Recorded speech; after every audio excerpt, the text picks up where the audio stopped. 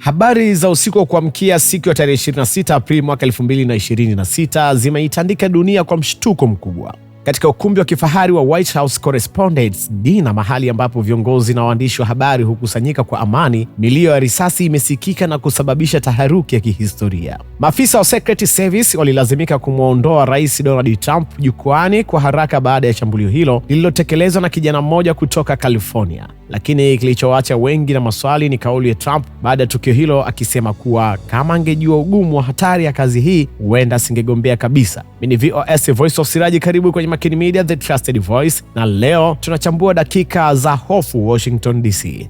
Tukio hilo limetokea usiku wa kuamkia jana tarehe 26. Mtuhumiwa ambaye amefahamika kwa jina la Cole Allen mwenye umri wa miaka 31, mkazi wa California. Wakati dhifa ikiendelea, milio ya risasi ilisikika na askari mmoja usalama amejeruhiwa vibaya wakati akijaribu kudhibiti hali hiyo. FBI walivamia makazi ya Cole Allen na kufanya upekuzi, huku yeye mwenyewe akiwa amekamatwa na kupelekwa hospitali kwa uchunguzi wa akili na afya. Ni tukio ambalo limeonyesha kuwa hata kwenye ngome ya ulinzi mkali zaidi duniani bado kuna mianya ya hatari.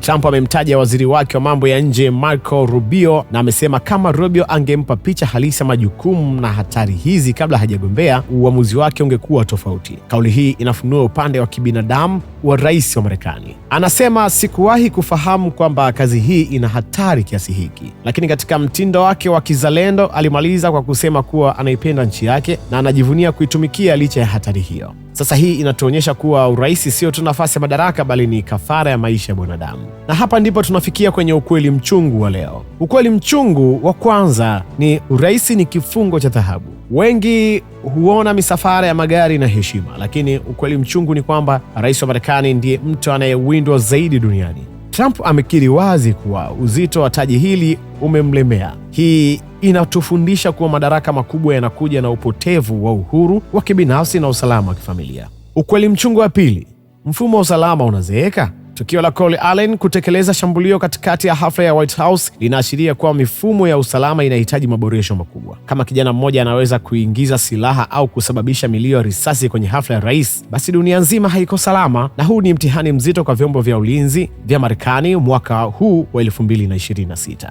Kauli ya Trump ya nisingegombea inaweza kutafsiriwa kama ubinadamu, lakini pia kama uchovu wa mapambano ya kisiasa. Wakati Cole Allen akiendelea kufanyiwa uchunguzi, swali linabaki, je, Marekani itabadilisha vipi itifaki zake za usalama kumlinda rais wake?